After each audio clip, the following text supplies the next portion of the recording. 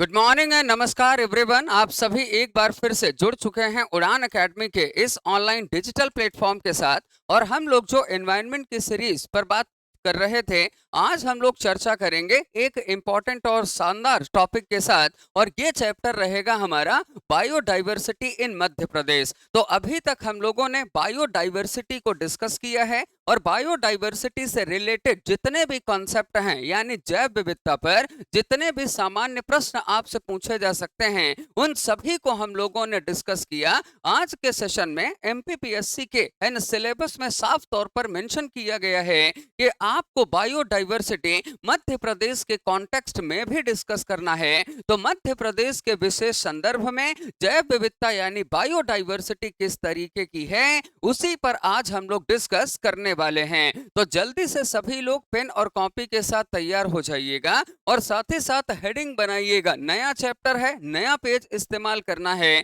अगर पिछले पेज का भले ही आपने एक लाइन उपयोग करके उसी पेज में अगर आपने हेडिंग बना दी है, तो उस हेडिंग को आप लोग कट कर देंगे। नया चैप्टर है नए पेज से शुरू करेंगे और पुराने पेज का आपको त्याग करना है। तो आइए फिर हम शुरू करते हैं आज का हमारा टॉपिक, और ये है बायोडाइवर्सिटी इन मध्य प्रदेश। तो जब भी हम मध्य प्रदेश में बायोडाइवर्सिटी को समझने की कोशिश करते हैं, तो सबसे पहले हम देखते हैं कि मध्य प्रदेश की कंडीशन नेचर के अकॉर्डिंग यानी प्राकृतिक रूप से किस तरह से है, और फिर उसके बाद बायोडाइवर्सिटी को समझना हमारे लिए ये आसान हो जाएगा। तो बायोडाइवर्सिटी एक्चुअली क्या है, ये तो आप सबको मैंने पिछले के सेशंस में बता ही दिया कि कोई भी ऐसा पर्टिकुलर एरिया या फिर रीजन जहां पर लिविंग्स में बहुत सारी आपको डिफरेंसेस देखने को मिलते हैं, या जहां पर जीवों में आपको बहुत तरह की विविधता देखने को मिलती है,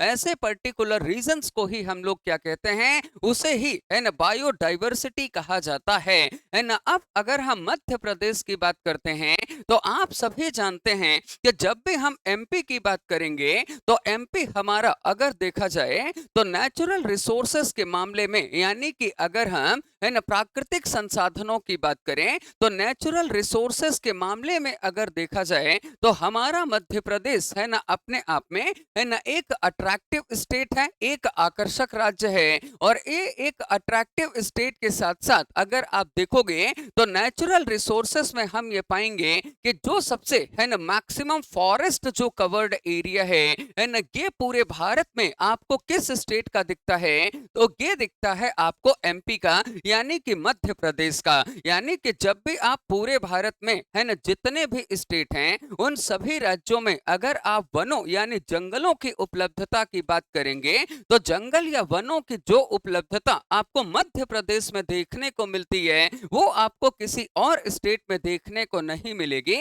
इसीलिए कहते हैं कि मध्य प्रदेश वनों की दृष्टि से क्या है, ये भारत का सबसे समृद्ध राज्य है, ये इंडिया का सबसे कंप्लीट स्टेट माना जाता है ना। देन उसके बाद अगर हम देखें, तो ये जो फॉरेस्ट कवर्ड एरिया है ना, ये एमपी का क्या है, मैक्सिमम यानी कि सबसे ज्यादा है। और नेचुरल रिसोर्सेस और खासकर फॉरेस्ट की अवेलेबिलिटी यानी कि वनों की उपलब्धता के कारण, या इसी वजह से अगर हम देखें, तो मध्य प्रदेश में आप देखेंगे कि यहाँ पर नेशनल पार्क्स यानी कि राष्ट्रीय उद्यान भी स्थापित किए गए हैं। और नेशनल पार्क्स के अलावा अगर हम देखें, तो यहाँ पर सेंचुरीज यानी कि अभ्यारण्य की भी स्थापना की गई है। और साथ ही साथ अगर हम देखें, तो यहाँ पर बायोस्फीयर रिजर्व यानी कि जिसको जैव मंडलीय आरक्षित क्षेत्र कहा जाता है, इनकी भी स्थापना हमें देखने को मिलती है। यानी कि मध्य प्रदेश में बायोडाइवर्सिटी को जब भी आप समझोगे, तो थोड़ा सा एमपी को समझना इंपॉर्टेंट होगा कि मध्य प्रदेश हमारा ये नेचर के अकॉर्डिंग कैसा यहाँ पर प्रेजेंट है। तो मैंने आपको बताया नेचुरल जो रिसोर्सेस हैं उसके अकॉर्डिंग मध्य प्रदेश कैसा स्टेट है, ये एक अट्रैक्टिव स्टेट है। और फॉरेस्ट कवर्ड एरिया पूरे भारत में सबसे ज्यादा किसका है ना, मध्य प्रदेश का है। सर्वाधिक वनाच्छादित राज्य के रूप में मध्य प्रदेश को जाना जाता है। और इसी वजह से आप देखोगे कि यहाँ पर क्या हुआ है कि नेशनल पार्क्स बनाए गए हैं, यहाँ पर सेंचुरीज बनाई गई हैं, या यहाँ पर क्या है, बायोस्फीयर रिजर्व्स एस्टैब्लिश किए गए हैं, है ना। अगर हम नेशनल पार्क, सेंचुरी या फिर हम बायोस्फीयर बायोस्फीयर रिजर्व की बात करें तो ये जितने भी यहाँ पर इस्टेब्लिश हुए हैं, इन सब का ऑब्जेक्टिव क्या है? इन सब का ऑब्जेक्टिव है बेसिकली, इनके ऑब्जेक्टिव्स हैं protection of flora and fauna, यानी कि हमारे आसपास है ना जितने भी पेड़ पौधे पाए जाते हैं, हमारे आसपास जितने भी जीव जंतु पाए जाते हैं, इन सभी की सुरक्षा करना, इन सभी को बचाना। तो protection of flora and fauna है ना, ये हमें कहां पर देखने को मिलता है ना, सभी जगहों पर, चाहे वो नेशनल पार्क्स हो, है ना, चाहे वो क्या हो सेंचुरीज हो, या फिर क्या हो बायोस्फीयर है ना रिजर्व हो। एमपी में अगर आप आज के समय पर देखें तो मध्य प्रदेश में आज के समय पर आपको नेशनल पार्क्स भी दिखते हैं, और कितने नेशनल पार्क्स दिखाई पड़ते हैं? तो लगभग 12 हैं, और 12 नेशनल पार्क्स में से 11 नेशनल पार्क्स नोटिफाइड हैं, और एक नेशनल पार्क जिसको हम ओमकारेश्वर नेशनल पार्क कहते हैं, वो अभी ठीक तरीके से नोटिफाइड नहीं है, या फिर वो नेशनल पार्क अभी बनकर तैयार ही नहीं हुआ है। किताबों में उसको रिप्रेजेंट किया गया है कि मध्य प्रदेश के 12 नेशनल पार्क्स में एक ओमकारेश्वर भी शामिल है, लेकिन ओमकारेश्वर में अभी तक कोई नेशनल पार्क बनकर तैयार नहीं हुआ है। और सेंचुरीज की अगर हम बात करेंगे तो ऑलमोस्ट 25 सेंचुरीज, यानी कि मध्य प्रदेश में लगभग है ना 25 अभ्यारण्य हैं, और साथ ही साथ बायोस्फीयर रिजर्व की अगर बात की जाए तो इनकी संख्या कितनी है? 3 है। तो ये सारी चीजें एमपी में इतनी आसानी से है ना इसी वजह से इस्टेब्लिश हो पाई हैं क्योंकि मध्य प्रदेश के पास एक तो मैक्सिमम क्या है, फॉरेस्ट एरिया है ना, नेचुरल रिसोर्सेस भी एमपी में क्या है, ठीक है, सफिशियंट है, पर्याप्त उपलब्ध हैं, और इसीलिए यहाँ पर फ्लोरा एंड फौना, यानी फ्लोरा का मतलब क्या होता है? प्लांट्स यानी कि पेड़ पौधे, और फौना का मतलब क्या होता है? लिविंग्स यानी कि जीव जंतु, है ना, इन सबको बचाना यहाँ पर क्या हो गया है ना, इन सबको बचाना यहाँ पर है ना आसान हुआ है, इन सबको बचाना यहाँ पर है ना इजी टास्क के तौर पर हमें देखने को मिल रहा है ना। आगे अगर हम डिस्कस करें तो आगे की कहानी हमें ये देखने को मिलती है कि आज के समय पर एट प्रेजेंट, यानी वर्तमान समय में अगर हम देखें तो एट प्रेजेंट सिनेरियो क्या है? एट प्रेजेंट सिनेरियो ये है कि एमपी में जो नेशनल पार्क्स हैं है ना, इन नेशनल पार्क्स की संख्या कितनी है? तो नेशनल पार्क्स जैसा मैंने आपको बताया कि हैं तो टोटल लगभग कितने माने जाते हैं? 12 है ना, लेकिन इसमें से नोटिफाइड कितने हैं या जिनको यहाँ पर ऑथराइज्ड किया गया है उनकी संख्या कितनी है? 11 है ना। और जो ओमकारेश्वर नेशनल पार्क है, मैंने आप सबको बताया कि वो अभी पूरी तरीके से कार्यरत नहीं है, वो नोटिफाइड नहीं है। और फिर उसके बाद अगर हम देखें तो इसी तरह से अगर आप देखते हो तो यहाँ पर सेंचुरीज हैं, और सेंचुरीज यानी कि अभ्यारण्य की संख्या कितनी है? 25 है ना। कुछ अभ्यारण्य प्रपोज्ड हैं, अगर उनको भी हम कंसीडर करते हैं तो अभ्यारण्यों की संख्या मध्य प्रदेश में बढ़कर लगभग कितनी हो जाती है? 31 के आसपास हमें देखने को मिलती है। और इसके अलावा अगर हम देखें तो मध्य प्रदेश में क्या है? बायोस्फीयर रिजर्व है। और बायोस्फीयर रिजर्व की जब हम बात करते हैं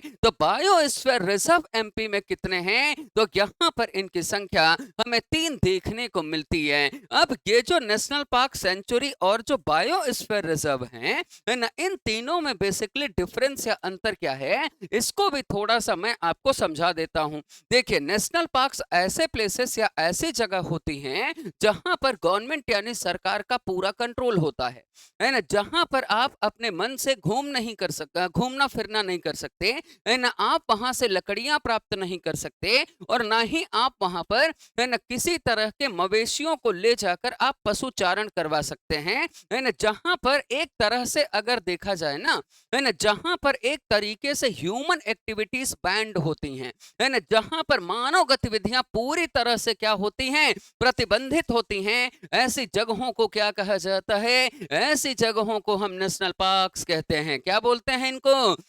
इन्हें नेशनल पार्क कहा जाता है। और ऐसी प्लेसेस, ऐसी जगह हैं जहां पर गवर्नमेंट की परमिशन पर है ना, जहां पर सरकार की अनुमति पर है ना ह्यूमन एक्टिविटीज को परफॉर्म किया जा सकता है है ना, जहां पर सरकार के कहने पर अगर मानवीय गतिविधियां संचालित हो सकती हैं, तो ऐसे प्लेसेस को हम क्या कह सकते हैं, इसे ही हम कहते हैं सेंचुरीज यानी कि अभयारण्य, है ना। और जब हम बायोस्फीयर रिजर्व की बात करते हैं, तो ये एक ऐसी जगह होती है जहां पर फ्लोरा और फौना के साथ साथ यहाँ पर उस एरिया में रहने वाली जो ह्यूमन कम्युनिटी यानी कि मानव समुदाय है, उसको भी प्रोटेक्ट किया जाता है ना। अगर हम नेशनल पार्क की बात करेंगे, तो नेशनल पार्क में पेड़ पौधे और जीव जंतु दोनों को संरक्षित करने का प्रयास किया जाता है ना। अभ्यारण्य यानी सेंचुरी की अगर मैं बात करूंगा, तो उसमें से किसी एक को प्रोटेक्ट करने की कोशिश की जाती है, या तो फ्लोरा होगा या तो फौना होगा।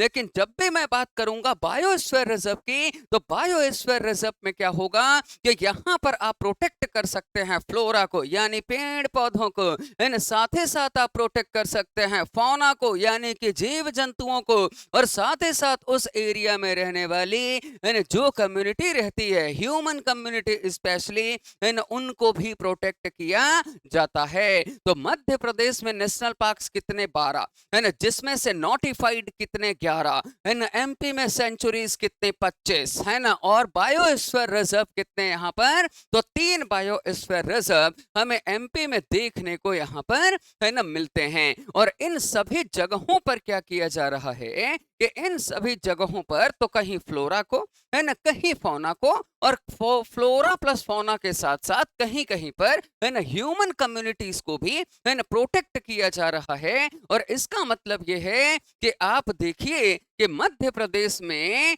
है ना हम अलग अलग तरीके की बायोडाइवर्सिटी को यहाँ पर हम देख सकते हैं। तो बायोडाइवर्सिटी के बेसिस पर है ना मध्य प्रदेश हमारा है ना एक है ना अच्छा खासा स्टेट है। और अच्छा खासा स्टेट इसलिए है क्योंकि हमारे पास एरिया भी अच्छा खासा है ना। We are at the second place in India on the term of area, है ना। यानी कि अगर आप क्षेत्रफल के आधार पर देखें, so we stand on second position, हम दूसरे स्थान पर खड़े हैं।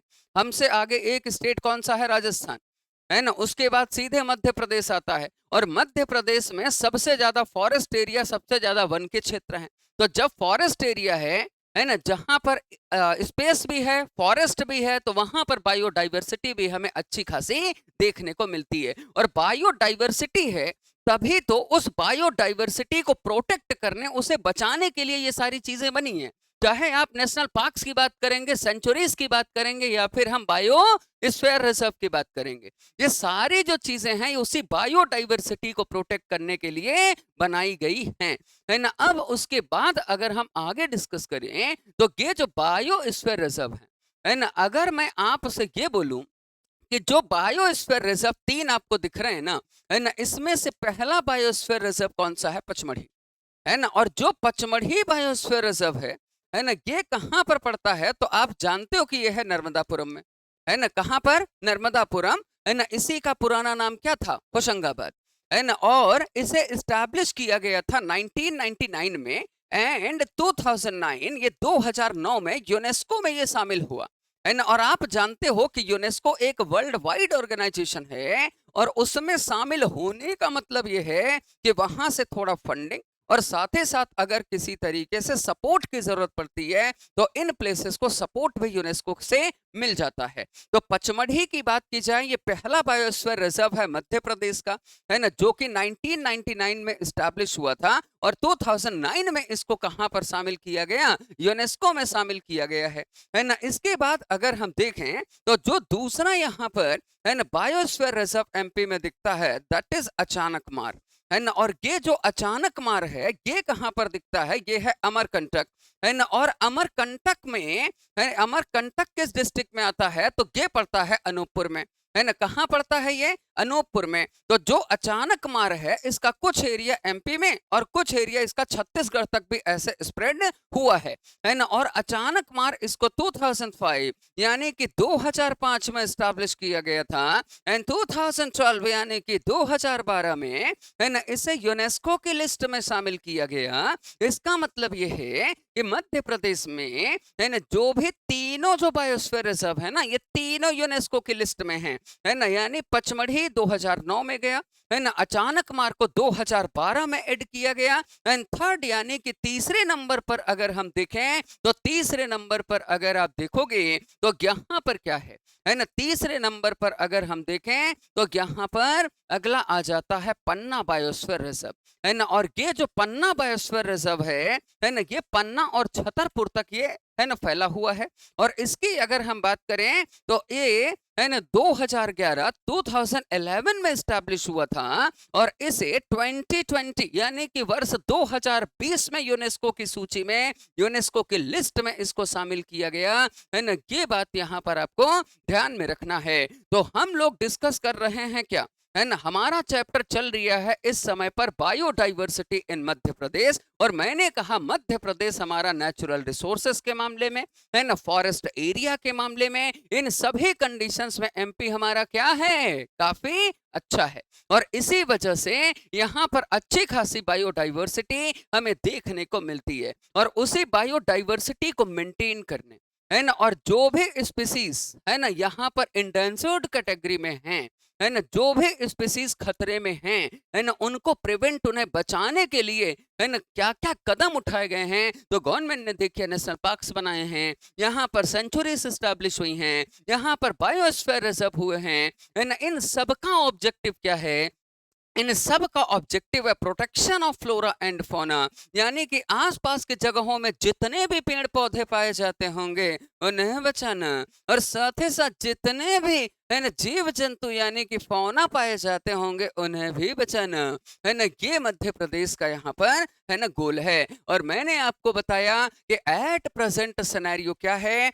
तो एट प्रेजेंट सिनेरियो ये है कि एमपी में कितने नेशनल पार्क हैं, 12, है ना, जिसमें नोटिफाइड 11, सेंचुरीज लगभग 25, है ना, और बायोस्फीयर रिजर्व कितने, 3, और 3 के तीनों क्या हैं, है ना, यूनेस्को के लिस्ट में मेंशन हैं। ये बात आप यहाँ पर ध्यान में रखिएगा, है ना। अब अगर हम थोड़ा सा आगे अगर चर्चा को ले जाएं, तो जब हम थोड़ा सा आगे चर्चा पर बढ़ते हैं तो हमें ये समझ में आता है कि इन सब की वजह से एक बात तो क्लियर है ना। और बात क्या क्लियर है कि अगर हम देखें तो मध्य प्रदेश में हमारे यहाँ पर है ना अच्छी खासी बायोडाइवर्सिटी पाई जाती है ना। और ये जो बायोडाइवर्सिटी मध्य प्रदेश में पाई जाती है ना, ये बायोडाइवर्सिटी कैसे पाई जाती है इसको थोड़ा सा यहाँ पर समझिएगा। तो जब भी हम मध्य प्रदेश में बायोडाइवर्सिटी को देखते हैं ना, तो हमें ये समझ में आता है कि यहाँ पर है ना तकरीबन आप देखें तो 165 प्लस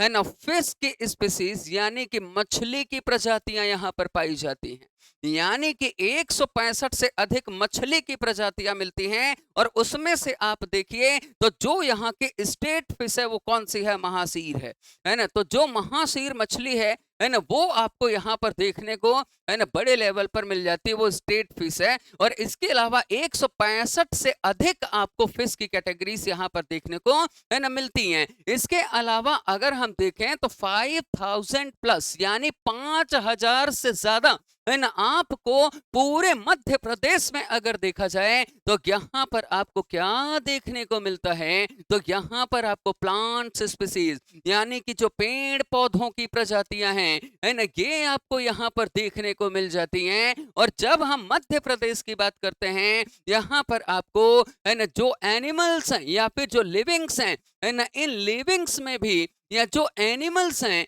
है ना, इनमें भी आपको क्या देखने को मिल जाती हैं, है ना डिफरेंट कैटेगरी, यानी कि इनमें भी डिफरेंट स्पीसीज आपको देखने को मिल जाती हैं। यहाँ पर आप देखिए तो बटरफ्लाइज यानी कि जो तितली हैं है ना, इन बटरफ्लाइज की अगर हम बात करें तो इनके लिए अगर आप देखो तो बटरफ्लाई इनफैक्ट पार्क भी बनाया गया है। और बटरफ्लाई पार्क ये कहाँ पर बना हुआ है, तो first butterfly park is located in Golapur district of Golapur area of Raisen, यानी कि जो फर्स्ट पार्क है तितलियों का वो मध्य प्रदेश में कहां पर स्टैब्लिश किया गया है, वो स्टैब्लिश है गोलापुर। और गोलापुर ये जगह कहां पर पड़ती है, तो आप बोलेंगे कि ये कहां पर है, तो ये है रायसेन में। अरे कहां पर है ये, तो ये है रायसेन में। तो ये स्टेटमेंट भी यहां पर आपको ध्यान में रखना है। इसके अलावा अगर हम देखें तो बटरफ्लाइज के अलावा यहां पर आपको है ना। बर्ड्स यानी कि पक्षियों में आपको क्या देखने को मिलती है, डिफरेंट टाइप ऑफ स्पीसीज दिखती हैं, है ना। और पक्षियों में विविधता अगर आप देखो तो एक बात आप जानते हो कि बर्ड्स में मध्य प्रदेश की जो स्टेट बर्ड है, जो राजकीय पक्षी है, वो कौन सी है, तो वो है पैराडाइज फ्लाई कैचर, है ना। और पैराडाइज फ्लाई कैचर को हम लोग क्या बोलते हैं, खरमोर, है ना। तो जो खरमोर पक्षी है ना, उस खरमोर पक्षी की अगर बात की जाए या पैराडाइज फ्लाई कैचर की बात की जाए, है ना, तो इसकी अगर आप बात करें फ्लाई कैचर, है ना, तो इसको भी यहाँ पर मध्य प्रदेश में अलग अलग जगहों पर प्रोटेक्ट किया गया है ना। इसके अलावा देखें और भी अलग अलग टाइप की पक्षियां मध्य प्रदेश में आपको नजर आते मिलती हैं, है ना। इसके अलावा अगर आप देखें तो यहाँ पर पैराडाइज फ्लाई कैचर के अलावा आपको यहाँ पर वल्चर्स यानी कि आपको गिद्ध वगैरह नजर आते हैं। और पूरे भारत में सबसे ज्यादा वल्चर यानी सबसे ज्यादा जो गिद्ध हैं वो आपको मध्य प्रदेश में पाए जाते हैं। और इसीलिए हम कहते हैं कि मध्य प्रदेश हमारा वल्चर स्टेट है, यानी कि ये गिद्ध राज्य है। इसके अलावा एनिमल्स में अगर आप देखिए, है ना, एनिमल्स में, है ना, एनिमल में डिफरेंट टाइप ऑफ स्पीसीज, है ना, एनिमल में डिफरेंट टाइप ऑफ स्पीसीज आपको मिलती हैं, है ना। एनिमल में डिफरेंट टाइप ऑफ स्पीसीज में जैसे आप देखिए तो यहाँ पर टाइगर भी है, तो टाइगर में, है ना, टाइगर में व्हाइट टाइगर भी है। अरे क्या है, मध्य प्रदेश में सफेद बाघ यानी कि जो व्हाइट टाइगर है ये भी हमें देखने को मिलता है। तो टाइगर में भी आपको यहाँ पर डाइवर्सिटी दिखती है। इसके अलावा अगर आप देखें तो यहाँ पर हमें, है ना, और किन चीजों में, है ना, डाइवर्सिटी नजर आती है, तो और हम देखते हैं तो यहाँ पर हमें एनिमल्स के अंतर्गत, है ना, आपको जो डियर्स हैं, हिरन, उनकी प्रजातियों में आपको विभिन्नता नजर आएगी, है ना। कहीं कहीं पर आपको, है ना, सामान्य हिरन नजर आते हैं, कहीं पर आपको काले हिरन नजर आते हैं, है ना। तो जो डियर्स हैं, जो हिरन है ना, उनमें आपको यहाँ पर डिफरेंसेस देखने को मिलते हैं। इसके अलावा अगर हम देखें तो और कहां कहां पर हमें, है ना, डिफरेंस देखने को मिलता है, तो इनके अलावा मध्य प्रदेश में वुल्फ भी पाए जाते हैं। और पूरे इंडिया में सबसे ज्यादा वुल्फ पाए जाने वाला स्टेट मध्य प्रदेश है। मध्य प्रदेश को हम लोग वुल्फ स्टेट कहते हैं। क्या बोलते हैं, मध्य प्रदेश को हम लोग वुल्फ स्टेट कहते हैं। और एमपी के बारे में सुन ले ध्यान से सब लोग, है ना, एमपी को हम लोग वुल्फ स्टेट कहते हैं, एमपी को हम लोग टाइगर स्टेट कहते हैं, एमपी को हम लोग वल्चर स्टेट कहते हैं, है ना, मतलब कि गिद्ध राज्य कहा जाता है। एमपी को हम लोग लेपर्ड स्टेट भी कहते हैं, इसे, है ना, तेंदुआ राज्य कहा जाता है। और जितने भी जीव जंतु हैं इन्हीं के मामले में बस मध्य प्रदेश पहले नंबर पर है। बाकी शिक्षा, स्वास्थ्य, बाकी चीजों में कोई लेना देना बहुत नहीं है, लेकिन गिद्धों के मामले में अपन टॉप पर है, बाघों के मामले में अपन टॉप पर है, तो, है ना, तेंदुओं के मामले में अपन टॉप पर है। तो क्या करें, सारा काम धाम छोड़ के अब तेंदुआ पाल ले? अब ऐसा तो नहीं किया जा सकता। तो अगर आप देखिए कुल मिलाकर तो हमें यह देखने को मिलता है कि मध्य प्रदेश में बायोडाइवर्सिटी बहुत है ना, जिसका रीजन ये है कि फॉरेस्ट एरिया वगैरह सब कुछ हमारे पास सफिशिएंट है। 165 से ज्यादा आपको फिश स्पीसीज मिलेंगी, है ना, 5000 से ज्यादा प्लांट्स के स्पीसीज मिल जाएंगी, है ना। इसके अलावा लिविंग्स या फिर एनिमल्स में डिफरेंट टाइप्स मिल जाएंगे, बटरफ्लाईज मिल जाएंगे अलग अलग टाइप की। और बटरफ्लाई पार्क कहाँ पर बनाया गया है, तो यह है ना, गोलापुर एरिया। और जो गोलापुर है ये कहाँ पर पड़ता है, रायसेन में, है ना। इसके अलावा वन विहार नेशनल पार्क जो है यहाँ पर भी बटरफ्लाई पार्क बनाया गया है ना। लेकिन जो पहला पार्क है वो कौन सा है, गोलापुर एरिया। फिर उसके बाद बर्ड्स में आप देखिए अलग अलग टाइप की वैरायटी है ना। इसके अलावा एनिमल्स में आप देखिए अलग अलग टाइप की वैरायटी है। ये सब क्या है, ये बायोडाइवर्सिटी ही तो है ना। और बायोडाइवर्सिटी का मतलब क्या होता है, बायोडाइवर्सिटी का मतलब ये होता है कि ये एक एरिया है ना। इस एक स्पेसिफिक एरिया में मान लीजिए कि ये जो एरिया बना है ये हमारा मध्य प्रदेश है। क्या है, हमारा मध्य प्रदेश है ना। मान लीजिए, माना कि ये हमारा मध्य प्रदेश है, तो इस मध्य प्रदेश में आप देखिए यहाँ पर पेड़ भी हैं, यहाँ पर फूल भी हैं, यहाँ पर बटरफ्लाईज भी हैं, यहाँ पर पक्षी भी हैं, है ना। आपको दूसरी कैटेगरी का पेड़ दिख रही है, यहाँ पर आप देखिए आपको जेब्रा दिख रही है, यहाँ पर देखिए आपको मछली दिख रही है। मतलब कि एक ऐसी जगह जहां पर अलग अलग टाइप के क्या मिले, है ना, लिविंग ऑर्गेनिज्म पाए जाते हों, उसी जगह को तो हम लोग क्या बोलते हैं, बायोडाइवर्सिटी, है ना। उसे हम लोग जैव विविधता कहते हैं। और ऐसा ही मध्य प्रदेश में है कि मध्य प्रदेश के एरिया में आपको अलग अलग जगहों पर ये सारी चीजें मिलेंगी। इसके अलावा आप देखिए तो मध्य प्रदेश में स्नेक्स में भी आपको डिफरेंट स्पीसीज नजर आएंगी, है ना। अगर आप स्नेक्स की बात करें, डिफरेंट स्पीसीज, सर्पों में भी अलग अलग प्रजातियां, है ना, हमें यहाँ पर मध्य प्रदेश में देखने को मिलती हैं, है ना। और जो स्नेक्स में डिफरेंट स्पीसीज हैं, है ना, इनको आप, है ना, कहीं पर भी जाकर आप ठीक तरीके से कई वेराइटीज तो आप देख ही सकते हैं। अगर आप वन विहार नेशनल पार्क जाएं, आप वहां भी देख पाएंगे, है ना। आपके आसपास अगर कोई भी जू वगैरह हो, चिड़ियाघर वगैरह हो, आप वहां पर भी जाकर देख सकते हैं, है ना। तो कई तरह के स्नेक्स यानी कि सर पाए जाते हैं। और इनफैक्ट वन विहार नेशनल पार्क को तो स्नेक पार्क के नाम से भी जाना जाता है। इसे सर्पों का, है ना, बगीचा कहा जाता है। कहते हैं एक समय पर यहाँ बहुत सांप हुआ करते थे, आज के समय पर अब सांप बहुत लिमिटेड बचे हैं, और जितने बचे हैं वन विहार में ज्यादातर भाव नहीं देते अपन को। जब भी आप घूमने जाओगे वो अपने में ही लगे रहते हैं, सोते रहते हैं, आपको कोई रिस्पॉन्स नहीं देंगे। आप बोलोगे, कितना भी बोल लोगे भाई हमने 30 रुपए का टिकट कटाया तुमको देखने के लिए, लेकिन उनको कोई फर्क नहीं पड़ता, चाहे आपने 300 रुपए का टिकट कटाया और 3000 रुपए का, उनको सोना है मतलब सोना है। तो वो अपने काम में लगे रहते हैं। और इसीलिए आप देखोगे कि ये जो वन विहार नेशनल पार्क है, यहाँ पर स्नेक पार्क बनाया गया है ना। ये स्नेक पार्क है वन विहार नेशनल पार्क। और वन विहार नेशनल पार्क कहां पर स्थित है, तो it is located in Bhopal. और ये पूरे मध्य प्रदेश का इकलौता ऐसा नेशनल पार्क है जो शहर के बीचों बीच है ना। बाकी जितने नेशनल पार्क आप देखेंगे वो शहर से थोड़ा सा दूर दिखेंगे, है ना। ये नेशनल पार्क एकमात्र ऐसा है जो शहर के बीचों बीच है ना। और साथ ही साथ इसके बारे में एक खास बात यह है कि ये मॉडर्न जू भी है, ये नेशनल पार्क भी है, और ये आजकल के समय का चिड़ियाघर भी है ना। तो ये भी इसकी एक खास बात है। तो ये जो वन विहार नेशनल पार्क है ये आईएसओ सर्टिफाइड भी है ना। मतलब कि वन विहार नेशनल पार्क है बहुत अच्छा, लेकिन वहां के जो जीव हैं वो हमें भाव नहीं देते। बस इतनी सी बात है। जब भी आप कुछ भी देखने चल जाओ, सब अपने अपने काम में उलझे रहेंगे। टाइगर्स को आप देखोगे वो एक फिक्स एरिया में गोल गोल घूमेगा। आप बोलोगे भाई तुमको देखने हैं, भाई थोड़ा सा तो नजदीक आओ, भाई एक फोटो ले लेंगे तुम्हारी। जैसे ही आप कुछ बोलेंगे उल्टा घूम जाएगा वो, है ना। वो भालू को देखेंगे, भालू एक कोने में बैठा रहेगा, मगरमच्छ बाहर ही नहीं आएंगे। एक लेपर्ड, एक तेंदुआ है, वो आप देखोगे वो ऊपर उसको सोने के लिए एक व्यवस्था की गई है, उसी के ऊपर बस सोता रहेगा। भाव नहीं देते, बस इग्नोर करते हैं अपन को, है ना। तो जब हम मध्य प्रदेश में बायोडाइवर्सिटी को देखते हैं तो मध्य प्रदेश में बायोडाइवर्सिटी कम नहीं है। इनको, इन पूरे डाटा को उठाकर आप अपने आंसर में पुट कर सकते हैं।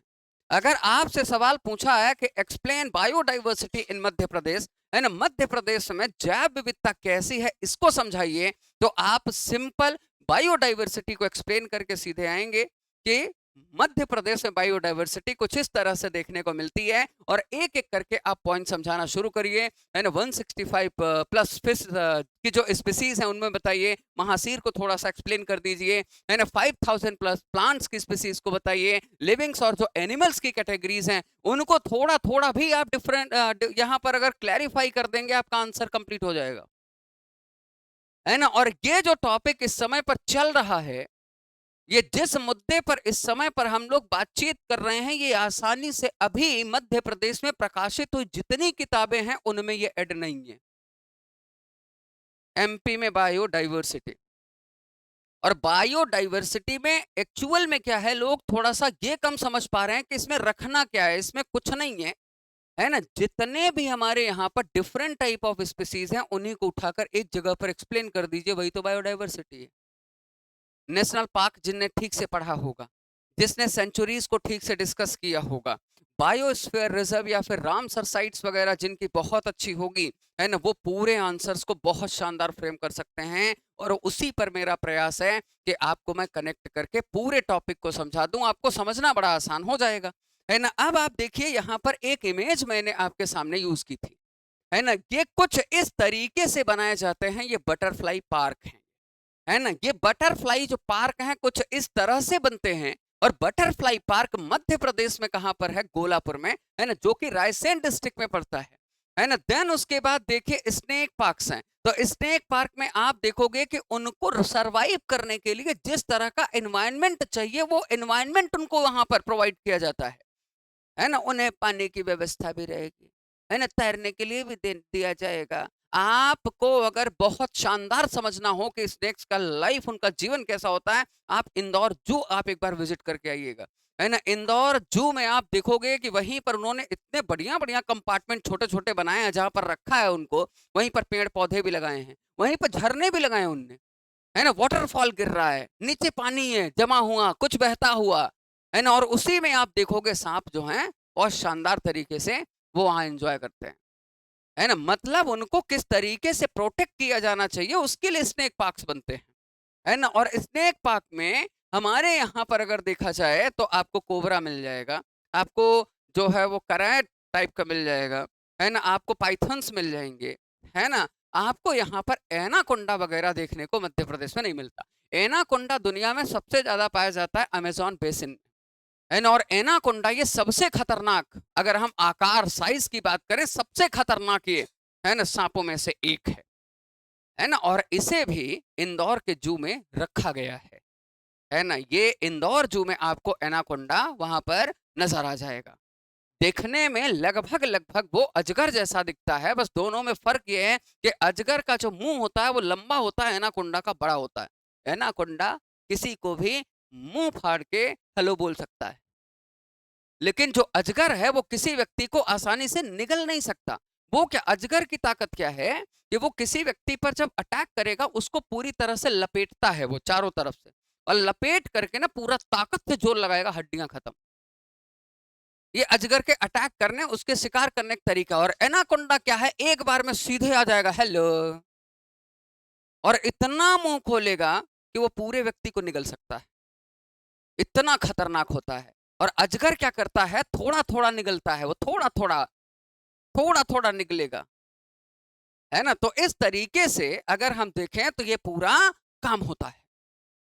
अब उसके बाद अगर हम देखें तो यहां पर देखिए एक इमेज दिख रही है, ये है महासीर मछली, है ना। ये जो आपको दिख रहा है ये महासीर मछली है ना। और यही मध्य प्रदेश के स्टेट फिश, यानी यही मध्य प्रदेश की क्या है, राजकीय मछली है ना। अगर आपको मध्य प्रदेश में कभी भी मछलियों का बहुत शानदार आपको नजारा देखना हो ना, अद्भुत दृश्य आपको अगर देखने हो, तो कभी आप महेश्वर विजिट करिएगा, है ना। या फिर जब आप महेश्वर जाएं तो कभी आप शाम को, रात के समय पर आप जाएं, है ना, 8 बजे के आसपास, है ना। अगर आप जाते हो वहां पर आप देखते हो बहुत सारे लोग आते हैं जो, है ना, मछलियों को क्या है ना, कुछ दाना डालते हैं, है ना। जब वो तटों के किनारे आप देखोगे वो दाना डालते हैं ना, तो मछलियां भाई साहब ऐसे जंप करते हुए एकदम पास से ना पूरा ऐसे कलेक्ट होकर गैदर हो जाती है एक जगह पर, और वो शानदार नजारा आपको मिलेगा ना वहां पर देखने के लिए, अद्भुत, मतलब मजा आ जाएगा आपको, है ना। तो कभी भी जब भी आप जाएं मेरा भी टिकट करवाएं। तो ये महासीर मछली है ना। और यही मध्य प्रदेश की स्टेट फिश है, और बहुत सारी प्रजातियां मछली की हमें मध्य प्रदेश में यहाँ पर देखने को, है ना, मिलती है। तो मध्य प्रदेश में बायोडाइवर्सिटी की क्या कंडीशन है, आई होप आप समझ पा रहे होंगे। और इन्हीं सबको प्रोटेक्ट करने के लिए हमारे पास क्या है, नेशनल पार्क्स है, सेंचुरीज है, बायोस्फीयर रिजर्व है। और बायोस्फीयर रिजर्व इन सब के अलावा अगर आप देखो तो एक चीज यहाँ पर ये है कि मध्य प्रदेश के कुछ प्लेसेस ऐसे भी हैं, है ना, some places are the part of Ramsar sites also, है ना। some regions or some places of Madhya Pradesh, some places of MP are also part of the Ramsar sites।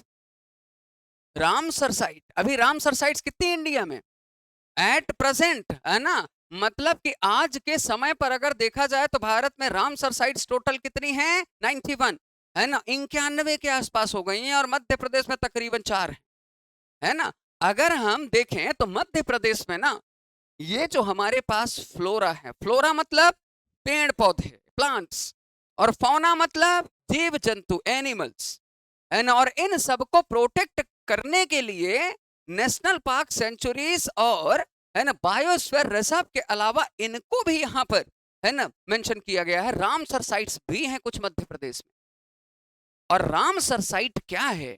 तो आप सभी जानते हैं कि जितने भी है ना वेटलैंड्स होते हैं, प्रोटेक्शन ऑफ वेटलैंड्स, ये रामसर साइट काम करता है उन जगहों पर जहां पर वेटलैंड्स होते हैं, यानी जिसको हम लोग कहते हैं आर्द्र भूमियां, है ना। जो आर्द्र भूमियां होती हैं उनको बचाना इसका काम होता है। और वेटलैंड का मतलब होता है पता है क्या? कि जहां पर पानी और जमीन दोनों मिलते हों, है ना, जहां पर पानी और जमीन दोनों मिले हुए हों, और वहां पर जो एनवायरनमेंट डेवलप होता है ना, उस एनवायरनमेंट को बचाने के लिए क्या रामसर साइट्स बनाई गई है।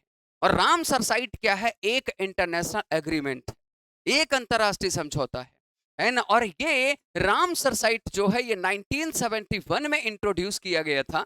इंडिया 1982 में इसका पार्ट बना, है ना। पार्ट तो अपन वैसे भी थे, है ना। इंडिया ने 1982 से सही मायने में रामसर साइट्स पर काम करने शुरू किए। और आज के समय पर स्थिति यह है कि एट प्रेजेंट यानी कि वर्तमान समय में आप देखिए तो एट प्रेजेंट 91 जो है ना, ये साइट्स हमें देखने को मिलती हैं इन इंडिया। यानी कि भारत में 91 रामसर साइट्स आज के समय पर हैं, है ना। और वहीं पर अगर हम एमपी यानी कि मध्य प्रदेश की बात करें तो एमपी यानी कि मध्य प्रदेश में हमें यहां पर रामसर साइट्स कितनी देखने को मिलती हैं? तो ये रामसर साइट्स देखने को मिलती हैं 4, है ना। और एमपी में जो 4 हैं इनमें से पहला है भोज वेटलैंड, है ना। और जो भोज वेटलैंड है ये और कोई नहीं बल्कि भोज वेटलैंड कहां पर है? भोपाल में। और ये बना है 2002 यानी कि 2002, है ना। एंड देन उसके बाद अगला कौन सा है? सांख्य सागर, है ना। और सांख्य सागर ये कहां पर है? तो सांख्य सागर है ना शिवपुरी में। और सांख्य सागर ये जो शिवपुरी में है इसे 2022 में है ना रामसर साइट का हिस्सा बनाया गया है। इसके अलावा है ना अगर हम देखें तो यशवंत सागर, है ना। और ये जो यशवंत सागर है ये जगह आपको कहां पर दिखती है? इंदौर में, है ना। और इसे 2022 है ना 2022 में इसे रामसर साइट का हिस्सा बनाया गया। एंड लास्ट अगर हम डिस्कस करें तो अगला जो प्लेस है वो है सिरपुर तालाब, है ना। और ये जो सिरपुर तालाब है, इस सिरपुर पौंड या फिर तालाब की अगर हम बात करें तो इससे है ना कहां पर है ये? एक तो इंदौर में, और 2022 यानी कि 2022 में भी इसे भी है ना रामसर साइट का हिस्सा बनाया गया। तो ये जो सारी चीजें हैं इनका जो उद्देश्य या फिर मकसद है वो क्या है कि जो हमारे यहाँ पर बायोडाइवर्सिटी है उसको मेंटेन करना, ताकि जैव विविधता यहाँ पर बढ़े। और अगर बायोडाइवर्सिटी खतरे में है तो उसे प्रोटेक्ट भी करना, उसे बचाना भी। आई होप आपको बायोडाइवर्सिटी इन मध्य प्रदेश का एक बेसिक कॉन्सेप्ट समझ में आया होगा। अभी भी हमारा ये चैप्टर खत्म नहीं हुआ है ना। जनरली अगर होता तो मैं खत्म कर सकता था, लेकिन मैं आपको पूरा बहुत अच्छे तरीके से ले जाना चाह रहा हूं ताकि आप हर एक सवाल को बहुत अच्छे से आप समझ पाओ, आपके पास कंटेंट की कमी नहीं होनी चाहिए, है ना। चलिए मिलते हैं हम लोग अगली क्लास में। So thank you very much for this session. Thank you and have a great day.